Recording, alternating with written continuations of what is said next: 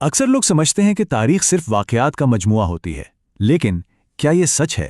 اصل میں تاریخ ان الفاظ کا نام بھی ہے جو ہم ان واقعات کو بیان کرنے کے لیے چنتے ہیں۔ آج ہم ایک ایسے ہی تاریخی لمحے کی بات کریں گے جہاں اصل جنگ میدان سے زیادہ الفاظ میں لڑی گئی۔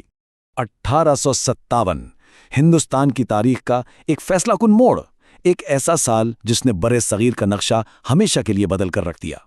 یہ کوئی معمولی واقعہ نہیں تھا، بلکہ ایک بہت ہی ڈرامائی، شدید اور انتہائی اہم لمحہ تھا۔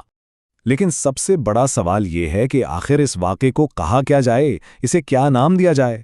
اور یہی وہ سوال ہے جو اس ساری بحث کا مرکز ہے۔ دیکھیں، ہمارے سامنے دو نام آتے ہیں۔ ایک طرف کہا جاتا ہے 1857 کی ہندوستانی بغاوت، اور دوسری طرف 1857 کی جنگ آزادی۔ واقعہ ایک ہی ہے، لیکن نام دو بالکل مختلف۔ اور یہ سمجھنا ضروری ہے کہ یہ صرف ناموں کا فرق نہیں ہے، نہیں، یہ دو مکمل طور پر الگ کہانیاں ہیں۔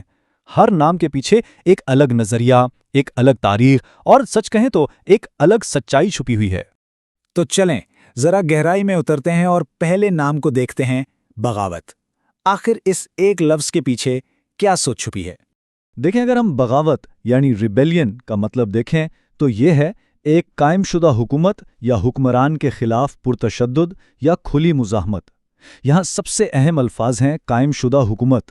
تو جب کوئی اس واقعے کو بغاوت کہتا ہے تو اس کا اصل مطلب کیا ہوتا ہے؟ اس کا مطلب یہ ہے کہ مزاحمت کرنے والے ایک جائز قانونی اتھارٹی کو چیلنج کر رہے تھے کہ یہ کوئی جنگ نہیں بلکہ ایک اندرونی اور غیر قانونی سرکشی تھی۔ اور یہ نام کس کا نقطہ نظر دکھاتا ہے؟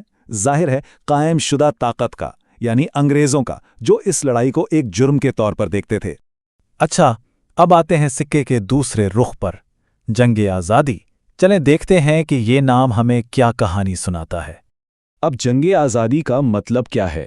اس کا مطلب ہے ایک ایسی جنگ جو کوئی قوم یا گروہ ایک قابض طاقت سے اپنی خود مختاری اور آزادی حاصل کرنے کے لیے لڑے۔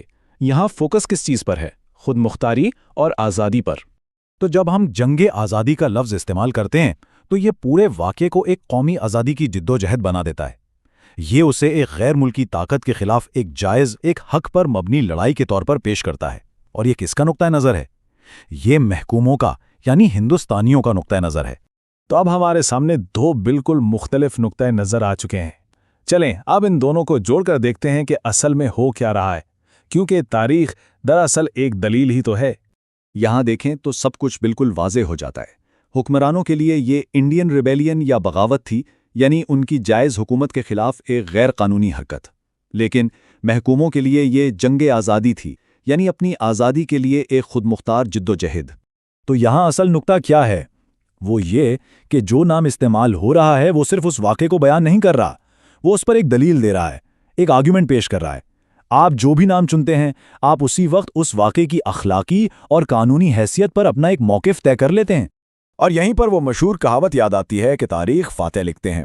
یہ بات اس صورتحال پر بالکل فٹ بیٹھتی ہے، کیونکہ جس کے پاس طاقت ہوتی ہے، بیانیہ یعنی نیریٹو بھی اسی کے کنٹرول میں ہوتا ہے۔ وہ یہ طے کرتا ہے کہ آنے والی نسلیں اس واقعے کو کس نام سے یاد رکھیں گی۔ تو اس ساری بحث کا خلاصہ کیا ہے؟ یہی کہ جو الفاظ ہم استعمال کرتے ہیں وہ کبھی بھی نیوٹرل نہیں ہوتے، وہ ہمارے انتخاب ہوتے ہیں، ہماری چوائسز۔ اور شاید یہی وجہ ہے کہ آج کل کے بہت سے مورخین ان دونوں ناموں سے بچتے ہوئے اسے صرف 1857 کے واقعات کہہ دیتے ہیں، تاکہ وہ کسی ایک بیانیے کا حصہ نہ بنے۔ یہ سب ہمیں ایک بہت اہم بات یاد دلاتا ہے کہ ناموں میں بھی طاقت ہوتی ہے، اور یہ ہمیں ایک آخری سوال پر چھوڑ جاتا ہے۔ ذرا سوچئے، ایسی اور کتنی تاریخیں ہیں جو ان ناموں میں چھپی ہوئی ہیں، جنہیں ہم اپنی روزمرہ کی زندگی میں شاید بغیر سوچے سمجھے ہی استعمال کر لیتے ہیں۔